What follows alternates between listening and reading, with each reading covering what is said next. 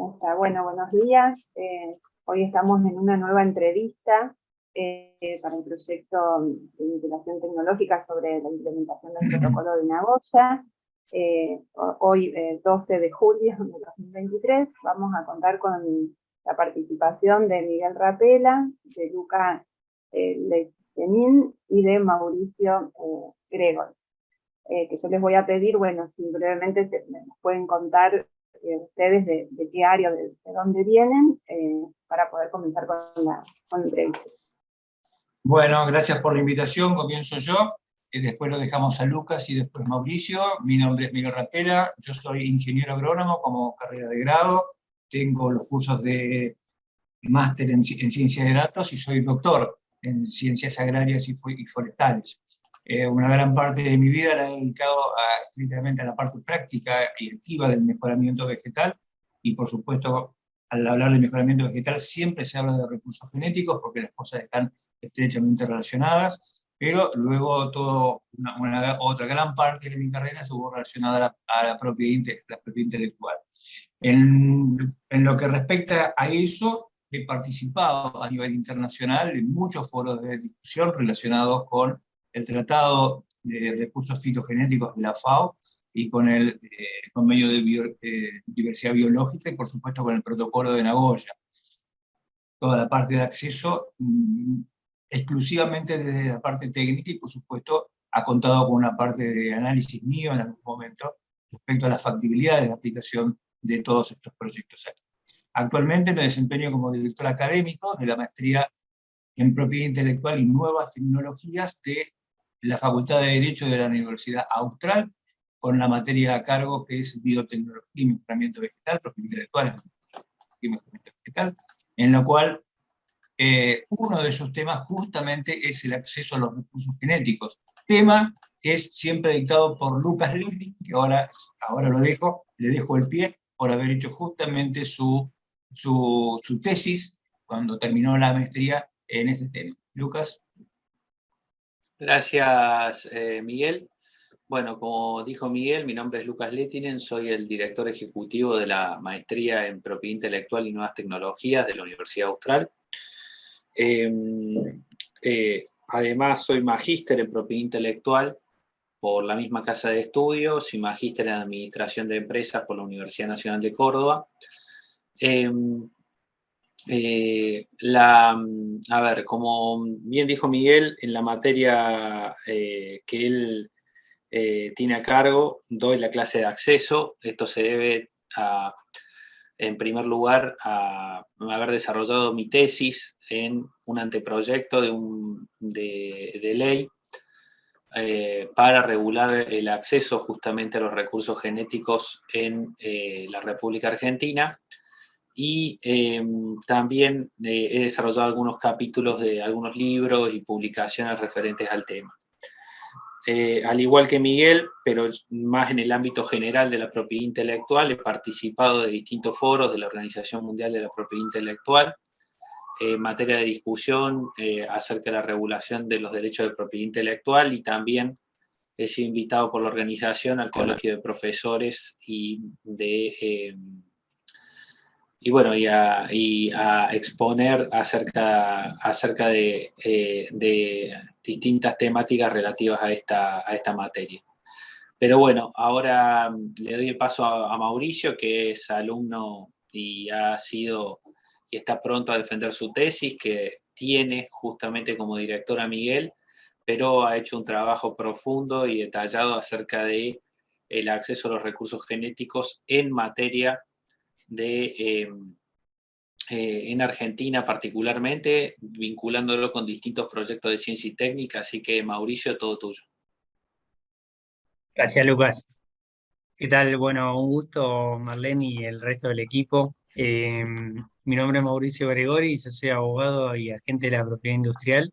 Hice la maestría en propiedad intelectual en la Austral. Bueno, como decía Lucas, que me daba el pie, tengo pendiente la tesis en materia de recursos genéticos.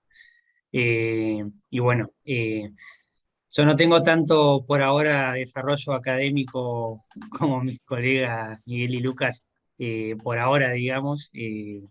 más puedo contar de mi experiencia profesional en sí. Vengo de trabajar en CONICET. Actualmente estoy en la Comisión Nacional de Energía Atómica, siempre con temas de contratos en la materia, entre ellos recursos genéticos y cuestiones relacionadas con investigación y desarrollo, licencias, confidencialidad, transferencia de materiales y demás.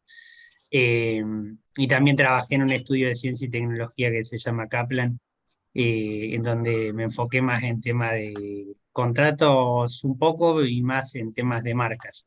En paralelo también tuve algunas consultorías independientes en temas de propiedad intelectual, sobre todo en temas contractuales, eh, algunos en poquitos a nivel internacional y más que nada a nivel local, digamos, acá en Argentina. Así que bueno, eso básicamente. Bueno, muchas gracias nuevamente a los tres por participar. Y bueno, nos interesaría que nos cuenten, a ver, cuál es la problemática que ven respecto de este tema. Bueno, un poco lo que recién vos, Mauricio, decías, este análisis que tenés quizás en distintas jurisdicciones, cómo se aborda. Bueno, que nos cuenten un poco ustedes qué es lo que han venido investigando este tema.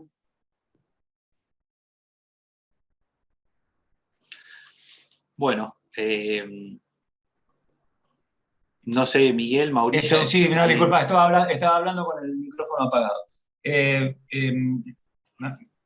propongo mantener el mismo orden y yo voy a hablar un poco de la perspectiva que he visto en los ámbitos internacionales, en las discusiones y sobre todo con las opiniones de muchísimas partes involucradas en esto. Estos dos instrumentos que hay, la Convención de Diversidad Biológica y el Tratado de Recursos Fitogenéticos de la FAO, son los que regulan a nivel mundial toda esta parte de acceso a los recursos genéticos. En general, en las asociaciones que representan a la industria semillera a nivel mundial, ambos tratados internacionales no tienen una visión extremadamente positiva. Yo diría que de los dos, el que se lo ve con ojos más agradables es el Tratado de Recursos Fitogenéticos de la FAO, y en general a nivel internacional la Convención de Diversidad Biológica no es vista como un tratado que haya dado los resultados que se puntualizan en sus objetivos. Porque acá fundamentalmente lo que se trataba de lograr con estos instrumentos internacionales era facilitar el acceso a los recursos genéticos, porque tener recursos genéticos en un banco de germoplasma sin ninguna autorización es algo completamente absurdo. Los recursos genéticos están para ser utilizados. ¿Utilizados en qué? Utilizados en el mejoramiento vegetal, porque no sirven absolutamente para otra cosa. Pero los datos concretos de acceso a los recursos genéticos tras la implementación de estos tratados internacionales no son positivos. En general, son todos negativos a extremadamente negativos. La aparición de estos tratados internacionales ha provocado un freno a la utilización de recursos genéticos, por lo menos en su parte formal. Habrá que ver si en la parte informal están ocurriendo cosas que no se pueden monitorear con precisión. Ya que hay una primera visión internacional que tiene algunos cuidados respecto a la utilidad de estos tratados.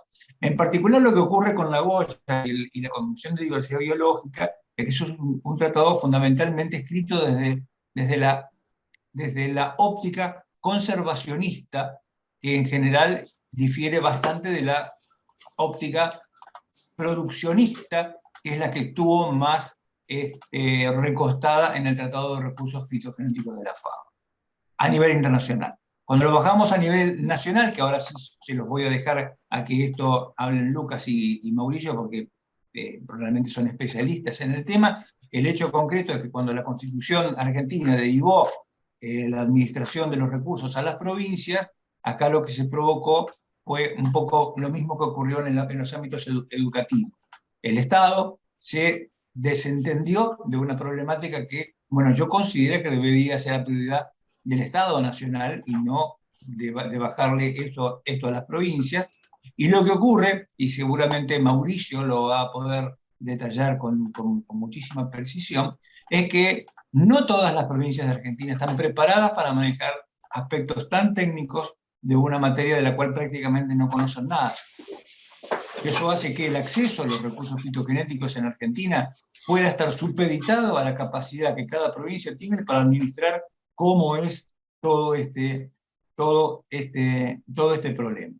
Se suma a esto el hecho concreto de que los investigadores, fundamentalmente CONICET y universidades, desconocen en líneas generales todas estas normativas, no saben cómo hacer todos los procedimientos para hacer las cosas por derecha, y esto da lugar a que cuando el investigador se encuentra con la realidad de todo lo que tiene que hacer para hacer por derecha el acceso a un recurso genético, tiene dos opciones: o abandona el proyecto o lo hace por izquierda.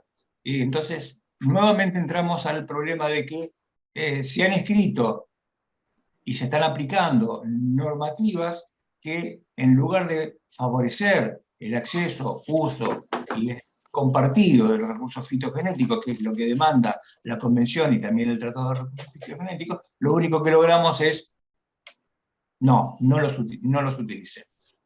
Concretamente a nivel internacional, a nivel, acá ya sí, de números y logros y alcances, lo que se sabe, lo que se conoce con total seguridad es que para mantener la provisión de alimentos que se necesita a nivel mundial, la productividad global de los alimentos tiene que aumentar 2,5% por año. Cuando eso no se logra, las cosas andan mal. Y en estos momentos todos los datos objetivos indican que estamos entre el 1 a 1,2. Entonces estamos exactamente en la mitad. Mi impresión particular, y la he reflejado en varias publicaciones, es que la falta de un acceso por derecha, legal, simplificado, fácil, y que respetando todos los derechos de cada parte de los recursos fitogenéticos es parte fundamental de este atraso que hay en las tasas de innovación en el mejoramiento vegetal. Nada más de mi parte, para no hacerlo largo. Lucas. Gracias, Miguel. Bueno, acá hay que partir de dos cuestiones que bien mencionaba Miguel, y que para establecer una regulación y un esquema en la temática, la primera cuestión que hay que debatir y llevar adelante es, a ver, de las distintas líneas que hay en los tratados internacionales, cuáles son los principios que exigen los tratados internacionales y la adaptación de esos principios. En particular de este último, el protocolo de Nagoya. Hay distintos pasos que en realidad son 4, una regla de 4 pasos que debe darse para gestionar el acceso, y es la que fijan como prerequisito el sinnúmero de convenios internacionales que hay de las distintas organizaciones. El primer requisito es un consentimiento informado. En este caso, ese consentimiento informado lo tiene que dar quien tenga la representación de esos recursos genéticos y biológicos. En este caso es el Estado provincial por la delegación que hace la nación de esa competencia federal en cada una de las provincias. Eso implica que haya un organismo provincial que dé esta autorización, pero también que exista justamente, depende en este caso la Constitución de Santa Fe y demás, y el grado de autonomía que se le haya dado a los municipios o a las distintas comunas y demás para regular, digamos, también esa autorización. El segundo principio es que ese consentimiento no implica, en primer lugar, la existencia de un certificado de acceso, pero también implica condiciones mutuamente acordadas, es decir, debe haber una especie de formulario o de contrato en el cual se trate cómo se va a hacer ese acceso, quiénes son las partes involucradas, se identifique, y después cuáles van a ser los efectos posteriores. Esto puede estar para simplificarlo desde el punto de vista del derecho administrativo, esto puede estar inserto en una normativa, en una resolución que dicte el mismo organismo administrativo que tenga la potestad justamente para desarrollar esto. Y por último, dos cuestiones más en esta regulación. Es cómo se van a distribuir esos beneficios, es decir, los recursos genéticos, como bien mencionaba Miguel, tienen un efecto económico su utilización. Tiene un efecto económico en la industria farmacéutica, en la industria agroalimentaria, en la industria química y en el resto de la economía pueden asociarse con distintos modelos o distintas industrias. Allí se tiene que establecer una condición mutuamente acordada de cómo se va a hacer esa transferencia de tecnología, pero también cómo se van a distribuir esos beneficios. La regla a nivel general es que hay que diferenciar dos momentos o dos etapas. Uno es el descubrimiento de ese recurso y además del descubrimiento, la aislación y la realización justamente de un estudio previo y de ver o de establecer justamente cuáles serían las posibles líneas de acción y luego el escalamiento comercial para llevarlo al mercado. Ese estudio previo tiene un reconocimiento a nivel general y casi, yo diría, consuetudinario, digamos, por costumbre, de un 5% de las instituciones involucradas, digamos, en el hallazgo, el desarrollo y un poco la investigación previa, y luego en el escalamiento intervienen cada una de las, cómo van a intervenir cada una de las instituciones en las distintas etapas. Y por último, es que tiene que estar regulado algo que, si bien el Código Penal por la Constitución establece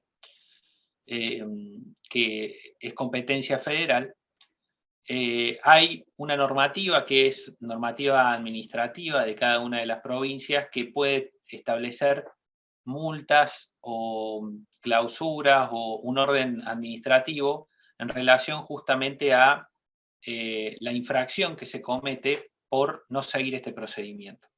Porque puede dar lugar a otros tipos de delitos que no están regulados en la legislación argentina, pero sí hacen a un acceso ilegítimo, que son la biopiratería o la bioprospección no autorizada.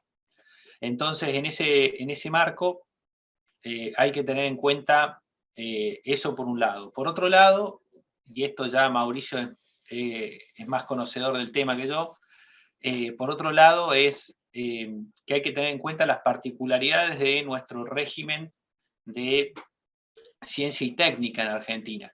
Nuestro régimen de ciencia y técnica en Argentina es un régimen, para decirlo de alguna forma,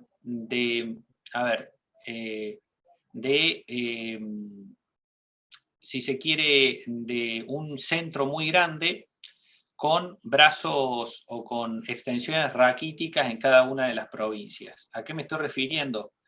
Que la investigación en este tipo de fenómenos y en este tipo de cuestiones están a cargo de científicos que generalmente son becarios de CONICET.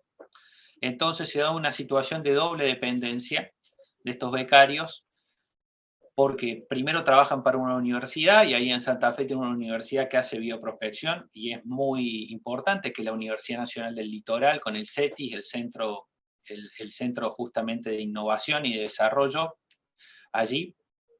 Y además de eso, interviene no solamente la universidad, sino también interviene una regla de dependencia de la propiamente de la institución CONICET. Generalmente las universidades tienen convenios marcos y específicos para distintos proyectos con CONICET, donde establecen ya unos porcentajes preadquiridos de distribución de beneficios y también de titularidad de derechos de propiedad intelectual asociados. ¿Cuál es el problema de esto? El problema de esto es cuando esto se federaliza. ¿Por qué? Porque las provincias no tienen un convenio directo con CONICET, no tienen justamente esa regulación, y en el marco de esto les puedo contar un caso específico que no es el que trata Mauricio en su tesis, pero es un caso específico en el cual me tocó participar a mí, que es el caso justamente de la saliva de los guanacos o camélidos que están presentes en Chubut y en el norte argentino, particularmente en Chubut. ¿Qué se hizo de esta saliva? Se extrajo una enzima, y esa enzima servía para la industria farmacéutica. Ustedes saben que nuestros cuerpos generan resistencia a los distintos medicamentos con el correr del tiempo y no tienen la misma efectividad. Y para garantizar la seguridad y eficacia en medicamentos es necesario innovar permanentemente o buscar distintos compuestos para que nuestros cuerpos tengan esa respuesta inmunológica que se requiere. En particular, la saliva de las llamas, todos los camélidos, guanacos y demás, se puede utilizar la enzima, aislar e incorporar justamente sus propiedades a un proceso para evitar lo que se llama, la diarrea, vulgarmente, y en eso justamente hay un desarrollo que es la primera aplicación del protocolo de Nagoya aquí en Argentina. Este desarrollo estuvo financiado por el Programa de Naciones Unidas para el Desarrollo. ¿Cómo se trabajó?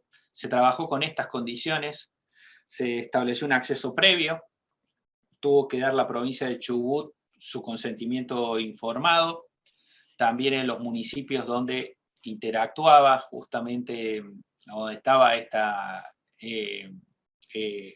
especie. Además, CONICET, con la Universidad Nacional de la Patagonia, San Juan Bosco, intervinieron también en el proceso, y eso generó justamente una autorización de todos los actores, primero del recurso genético y también de la distribución de los beneficios. Ahí pues se sumó también una institución nacional como el INTA, que se sumó para la segunda fase, para el escalamiento del proyecto, para las pruebas, para la trazabilidad, para las pruebas de eficacia en relación justamente a este contenido.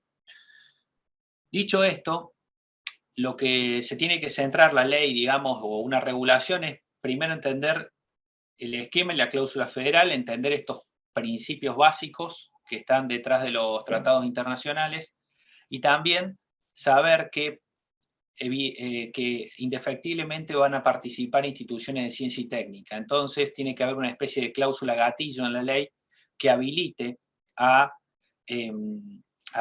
ser flexible con convenios de cooperación, con centros tecnológicos, con la posibilidad justamente de darle al Ejecutivo o a la entidad, darle esa posibilidad y esa dinámica. De lo contrario, se va a convertir en un mecanismo burocrático que no va a poder justamente realizarse. Eso sería, no sé, Mauricio, te dejo a vos para que sigas ampliando. Gracias, Lucas. Bueno, complementando un poco todo esto, para agregar, me fui anotando acá algunas cosas, sobre todo tratando de no involucrarme mucho en los temas que son de mi tesis, que son confidenciales. Uno tiene que ver con el tema del desarrollo normativo a nivel provincial, a nivel nacional, y dentro de la órbita nacional, lo que es la nación en cabeza del Ministerio de Ambiente y lo que es la Administración de Parques Nacionales. Hay un tema con todo este tema del desarrollo normativo que tiene que ver con que no van en la misma dirección. Uno, si se mete mal y pronto hablando en el desarrollo normativo de una provincia en particular, seguramente va a encontrar que más o en menos regulan cosas distintas. Hay un documento que es público, que lo recomiendo, que tiene que ver con la recopilación normativa sobre permisos. Se llama Recopilación de normas sobre permisos de investigación y accesos a los recursos genéticos por jurisdicción, que está en la página del Ministerio de Ambiente, que está muy buena porque compila toda la normativa provincial, si bien tiene un tope de actualización, hasta una fecha determinada, les puede servir bastante. En ese compilado normativo se ve que algunas provincias no regulan prácticamente nada, algunas regulan más, pero en fin, no hay unos criterios que vayan en la misma dirección o que sean simétricos, por decirlo de alguna manera. Entonces, detrás de esto siempre hay operadores que tienen que trabajar en la temática, que tienen un enfoque técnico, un enfoque jurídico y un enfoque científico. Y es bastante complejo articular esa relación entre cada uno de los operadores teniendo en cuenta este contexto normativo. Sumado a eso, algo que vine observando en todo este tiempo es que los modelos de convenios, Lucas hablaba de cláusulas gatillo, los modelos de convenios son diferentes, algo que me sigue llamando la atención en todas las instituciones, y no solo en temas de recursos genéticos, sino también en otras temáticas de propiedad intelectual, que se puede llamar convenio de transferencia de materiales, por decir un ejemplo, en una etapa temprana, pero es muy probable que el modelo de transferencia de materiales de una institución sea diferente al de otra institución. Y las cláusulas se diferencian unas de otras, y los criterios son muy diferentes.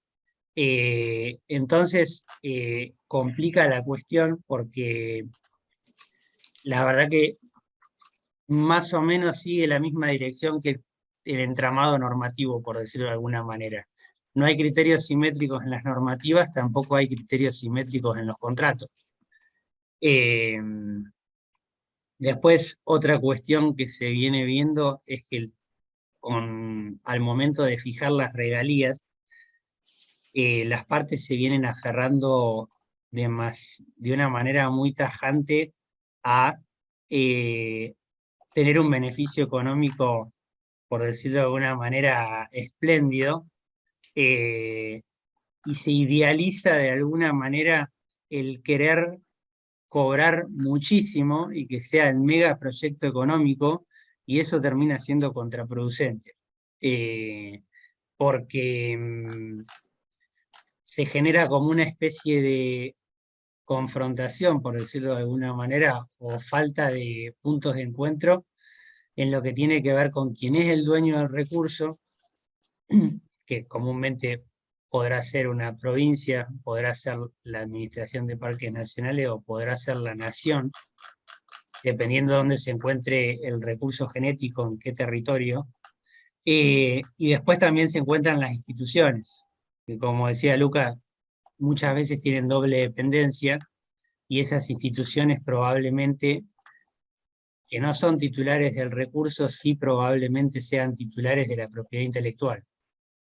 Entonces, el criterio económico de qué regalías se fijan termina generando el apego excesivo a esas cuestiones, una especie de confrontación entre quién es titular del recurso y quién viene trabajando sobre la base de ese recurso, en toda esta cadena de valor, por decirlo de alguna manera. Y bueno, como última cuestión que me fui anotando, toda esta falta de simetría entre la normativa y demás, y todas estas cuestiones que mencionaba, termina generando con que las partes empiecen a de alguna manera a buscar, por decirlo de algún modo, parches para ir tapando todos estos agujeros, y el contrato se transforma en una herramienta, por decirlo de alguna manera, para solucionar varios vacíos. Entonces, ocurre que las partes tienen que firmar contratos para solucionar cómo van a distribuirse eventualmente las regalías, cómo van a proceder al momento de que un recurso se encuentre en un territorio en particular, y se van armando como esquemas contractuales entre instituciones, esquemas contractuales entre una institución de ciencia y un titular del recurso, y así se va ramificando a diferentes cuestiones que, de alguna manera, si bien solucionan el tema, no terminan adecuándose a lo que es una legislación en materia de recursos genéticos que funcione, por decirlo de alguna manera, que sea adecuada. Así que bueno, básicamente eso es lo que puedo aportar. Bueno, hemos dado todos, cada uno dio su punto de vista, Marlene. No sé si era Sí, un poco lo que esperaban. Sí, muchas gracias. Yo quería preguntarle, en función de esta recopilación normativa, que ahí estoy, ay, perdón que me hace eco acá, que estoy, bueno, un poco mirando en este momento, pero de las distintas provincias, ¿hay alguna que nos digan en esta provincia es donde mejor está tratado el tema, o si nos pueden contar algún caso que les resulte, digamos, importante de resaltar, además de este de que contó antes Lucas?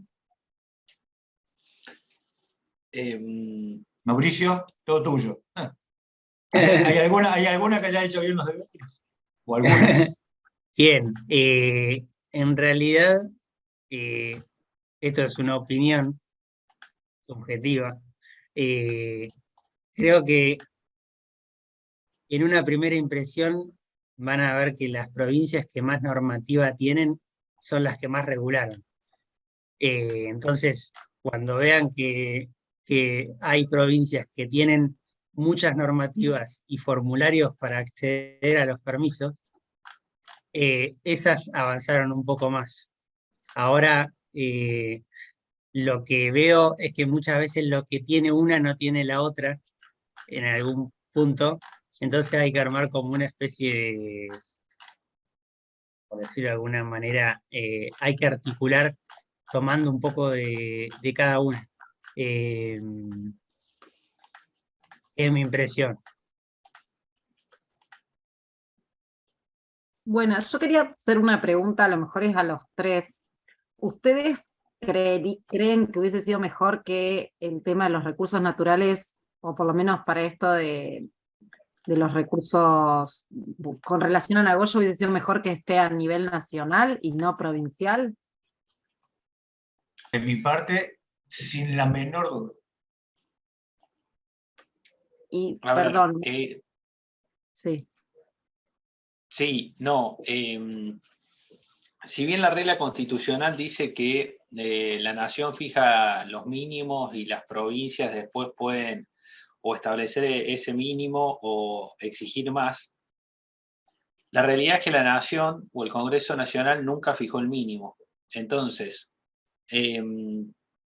a ver, sí tendría que haber y aprovechar allí, y esto no significa negar el federalismo, pero sí aprovechar allí la posibilidad justamente de establecer un estándar o establecer ciertos modelos para certificados, ciertos modelos para sistemas justamente de pedidos de autorización, de alertas en cuanto a utilización, porque hoy el aprovechamiento de ciertos recursos, y ahí en Paraná, justamente, en Santa Fe, ustedes con el Paraná comparten con distintas provincias, comparten justamente la afectación de los recursos. Se puede justamente hablar de que los recursos genéticos no siguen la misma distribución geográfica, política que tienen los mapas. Entonces, es necesario empezar a establecer ese presupuesto básico. Y ese es una deuda del Congreso y es una deuda a nivel, desde el Ministerio de Ambiente, pero también de la Secretaría que lo regula. Hay algunas resoluciones escasas y pocas que no hacen justamente a dotar de certidumbre acerca de qué se puede llevar adelante. Mauricio. Sí, contestando la pregunta de Florencia, me parece que podría facilitar las cosas que la cuestión se manejara desde la nación. siempre, digamos, teniendo en cuenta que tiene que tener una participación el titular del dominio, del recurso, mejor dicho, más que el dominio sea Pero por regulable. eso, Eh, el manejo a nivel de una norma o también de la gestión, porque coincido con ustedes en esto de la falencia del cuerpo grande y las ramificaciones, como que tal vez si la gestión la lleva a Nación desde Capital Federal, tendríamos también esa falencia, por lo menos para mi impresión es como que hay cuestiones que no se llega, o sea, por eso no sé si es solo normativo o también de gestión o la gestión delegada. No, también, a ver, se puede establecer un sistema igual al que tiene CONICET, pero perfeccionado, es decir, que el Ministerio de Ambiente actúe como un estándar regulador y se genere, digamos, un consenso federal de procedimiento, en el sentido de que se fija un estándar de cómo se procede y cómo se vincula. Ahí el tema pasa ya más que por una regulación administrativa, por una regulación, o sea, por una cuestión política, digamos. Lo que se necesita es si se quiere, como una especie de acta federal o de consenso para desarrollar justamente la normativa y el procedimiento aplicable, o en su defecto que el ministerio dicte una resolución a la cual pueden adherir los distintos organismos provinciales. Eso se puede hacer así o a través de una resolución del Consejo de Ambiente, del Consejo Federal de Ambiente o de alguna otra entidad que agrupe las distintas provincias. Esa es la primera medida. Y sería posible, digamos, trabajarlo de forma, desde forma allí de fijar esos estándares y establecer un piso y ese criterio mínimo. Después sí, yo entiendo por política que tengo que, en una provincia X tengo que regular más porque no me gusta que venga, porque ideológicamente entiendo que si hay un extranjero que quiere hacer investigación o acceso, no le quiero dar acceso, etcétera, etcétera, etcétera, bueno, ya esa es una decisión que escapa, digamos, al marco general. Pero si el marco general me garantiza eso, se puede hacer, se podría gestionar y facilitar la dinámica de gestión. Bien. Después le hago unas preguntas que la doctora Tripelli nos pidió que se las hiciéramos. Es si ustedes ahí en la Facultad de Austral tienen, perdón, lo voy a leer para no confundirme, porque como esto que no estaba, nos pidió si les podíamos consultar. Si ustedes tienen algún centro como el CETRI de la UNL, ¿tienen algún centro así o no? A ver, lo que está es el Centro de Propiedad Intelectual. No, el CETRI de la UNL es, también hace lo que refiere justamente a tecnología y demás, y eso dentro de la Universidad Austral se hace a través del Centro de Propiedad Intelectual directamente. Bien. Y Mauricio, no sé, no recuerdo si lo contestaron porque apenas me conecté tenía mal audio. Mal audio, no, mal sonido yo. Mauricio, ¿tu director de la tesis es Lucas? No, y el soy yo. El doctor Rapela. Bien. Bueno, eran esas las cosas que yo no las había llegado a escuchar bien y por las dudas las vuelvo a consultar, que la doctora Perfecto. nos había pedido que les preguntáramos.